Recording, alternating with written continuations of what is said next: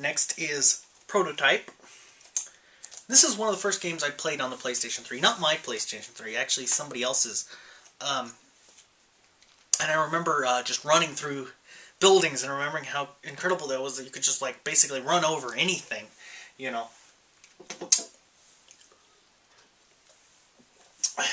Because coming from the PlayStation 2, I'm not sure there was anything on the PlayStation 2 that you could quite do that with. And this really did it well, I thought. It was incredible how you could run through anything and tear up anything and, you know, throw citizens flying and consume people and, you know, I had more fun running around in this game than playing the actual game. What happened was, I didn't complete it because what happened was, somewhere in the middle of the game, you get injected by this disease or something that takes all your powers and makes it difficult to, like, complete the level that you're on. So I never completed that part of the game where your powers are taken away. And unfortunately, it's not just the missions. Your powers are all taken away when you're just free roaming, too. So, I don't know, I got annoyed because I just, like, sometimes I just wanted to run around and, you know, claw into the ground and people flying up in the air. And, you know, when all your powers are taken away for, like, a mission and you can't do anything free roam style, I don't know, I just kind of, like, gave up and played something else. But, there's weird difficulty spikes in this, you know, some of it's super easy and then it's, like, super hard the next mission or whatever. And then it goes back to being easy again, so there's weird difficulty spikes. But, like I said, if it wasn't for the injection thing, I think I would have probably beat it, but I don't know. The main character's not very likable either. That doesn't help. Next is Rage. I haven't played very much of this game. I haven't really played any of this, I don't think. I've heard a lot of things about it, which is why I picked it up, and it was cheap, so I picked it up. But, like I said, I haven't really played much of it, or any of it, so I can't say much about it. But I should play it. It's id and Bethesda.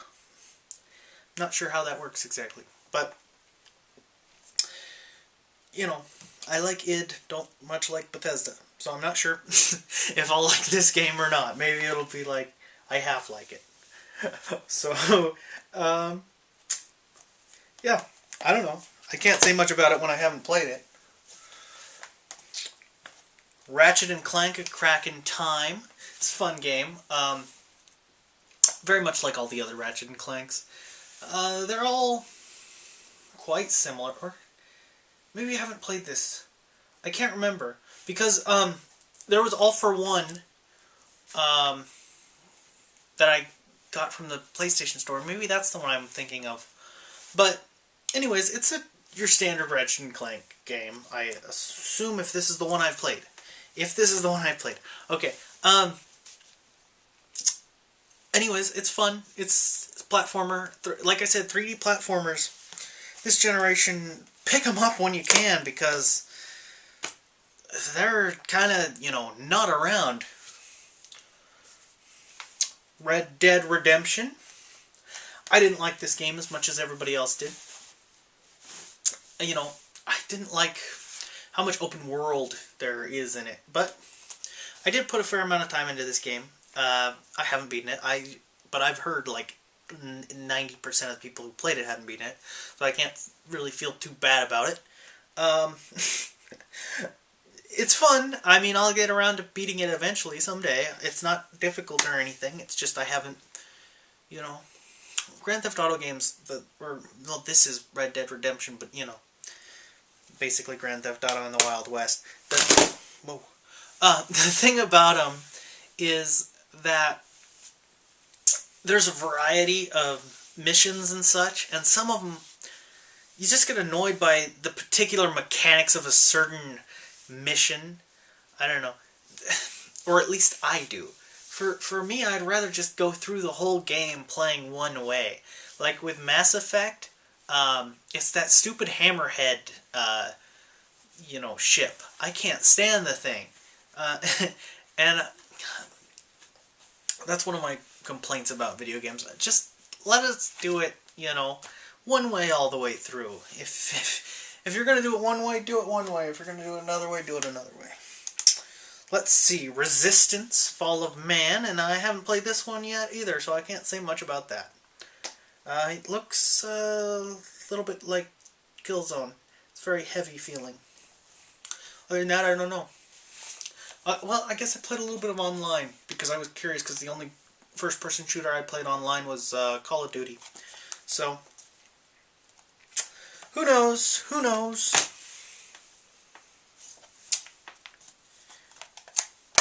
Shadows of the Damned. Like I said, Suda51 game. Very fun. Very unique. Very... you'll know if you played one of their games. It's very over-the-top, crazy,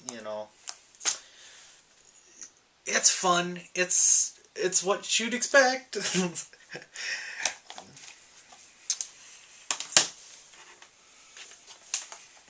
The Sims 3. I haven't had a chance to play much of this. Somehow I got it, I was ridiculously amped to play this game at some point in time. And, I just wanted to build a house in the new Sims 3, which is why I picked this up. I ordered it online because I was I'd gone back and played The Sims 2 or The Sims Bustin' Out, something like that. And I was just I need to build a house in the new game. Because I think I saw a staircase or something, and I'm I have to put the staircase in my house. I have to play this game. And somehow, when I got it, I started building a house, and I was just okay, I don't want to do this anymore. I don't know. It was the crazy, I had a sudden, crazy, I have to have the Sims moment or something, and then when I got it, I was just oh, whatever. But, I'm sure I'll have another one of those moments at some point, because I occasionally do have that moment where it's I have to build a house in The Sims, and it used to be, The Sims 2 I would do that with, but now I can do it with this one, whenever I get the crazy architectural urge. SOCOM 4. I did play this online.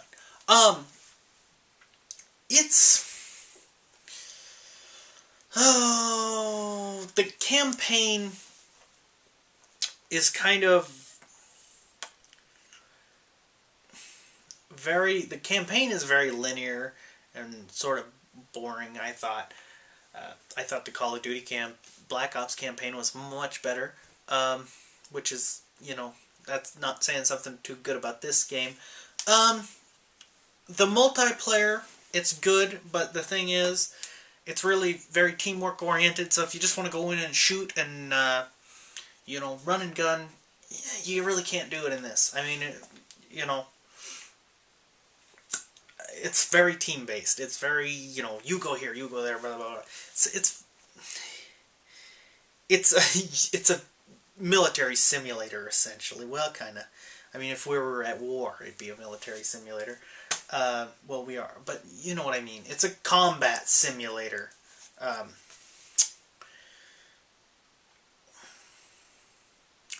don't know how to describe this game. It's a third-person tactical.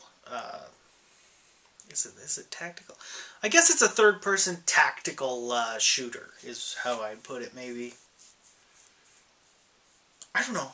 I didn't find it very fun, to be honest.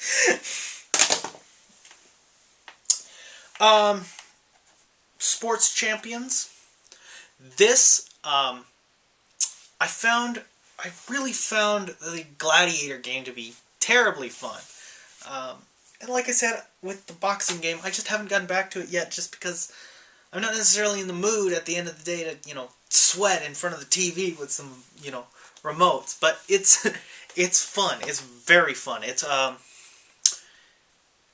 The Gladiator game on this is probably the most fun I've had with motion controls thus far. So, it's really accurate. It's really cool.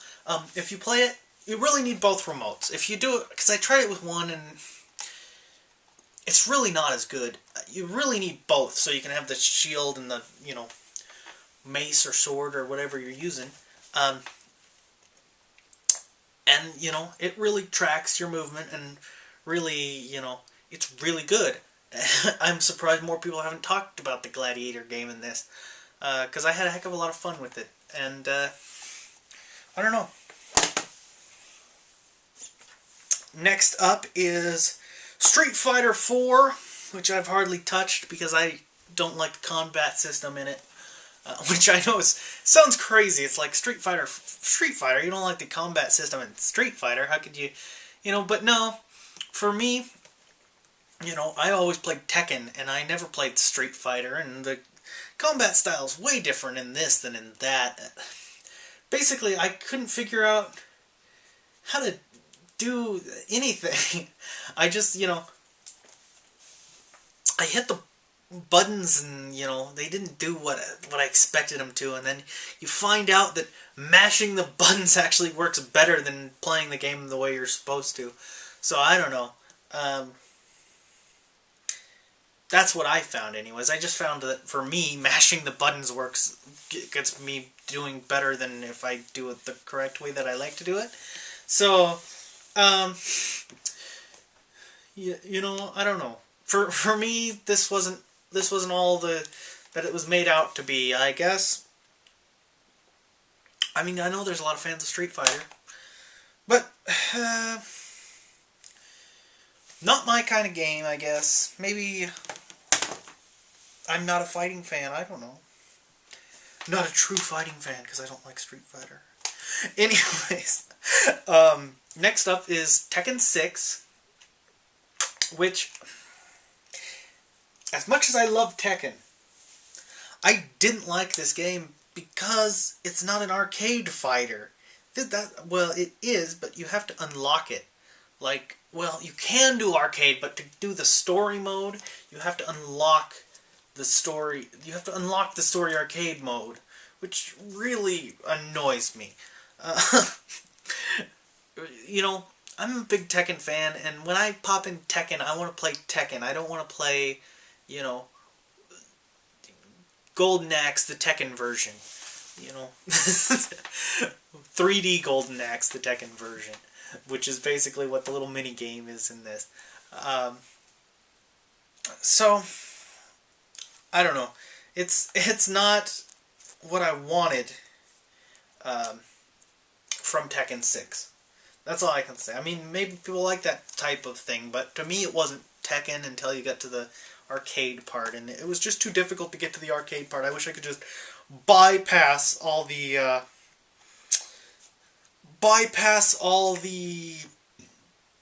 sort of weird, like, traveling around and beat 'em up portion of the game. A lot of these covers are falling out, sort of. That was my main complaint with it. I wish I could just skip right to the main, to me, the main part of the game. Tekken Tag Tournament 2. Now this is a fantastic game. Tekken Tag Tournament 1 was fantastic. I loved it. It was my favorite. But I think this now might be my favorite.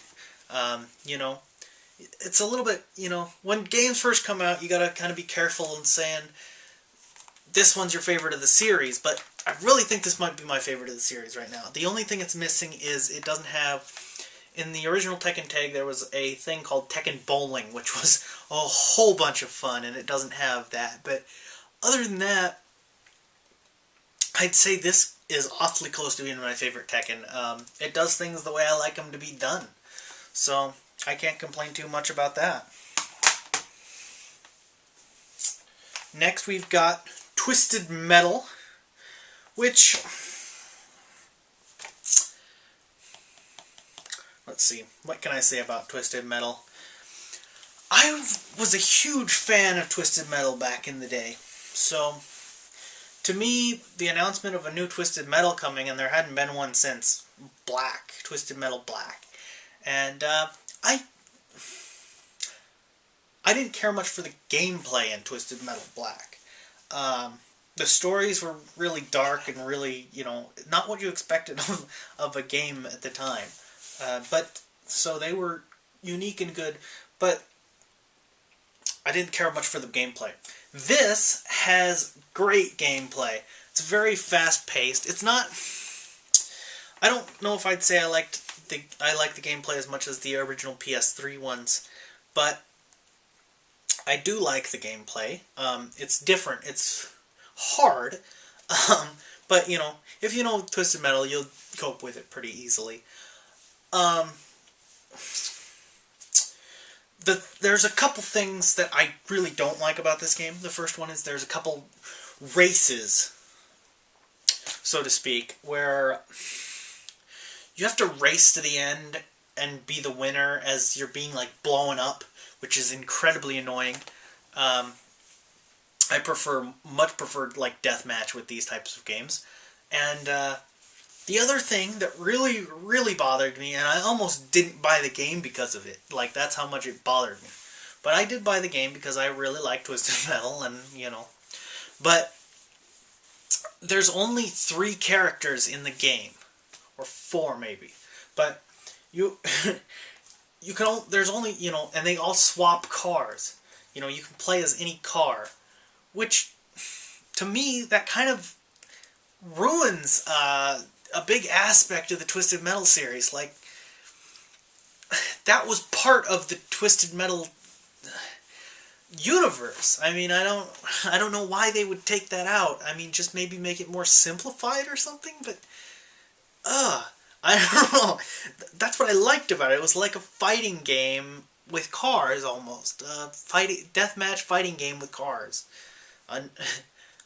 Yeah. But I don't know. They took all the characters out of it, so to speak, and it ruined a little bit of the charm of Twisted Metal for me, really. I mean, that was part of the whole fun thing, was unlocking the end story. That's why I would do it. I'd play, I'd unlock every single end story in those games. And that was part of the fun of Twisted Metal to me.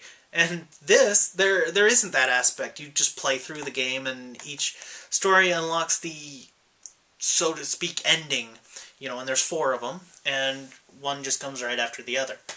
And I don't know. It's not my thing. I don't like that. I don't like that aspect of it. But, you gotta do what you gotta do, I guess, when you're making a game, and I guess maybe that mechanic's not appealing to people anymore or something, but to me, that was always a big part of the fun of playing Twisted Metal.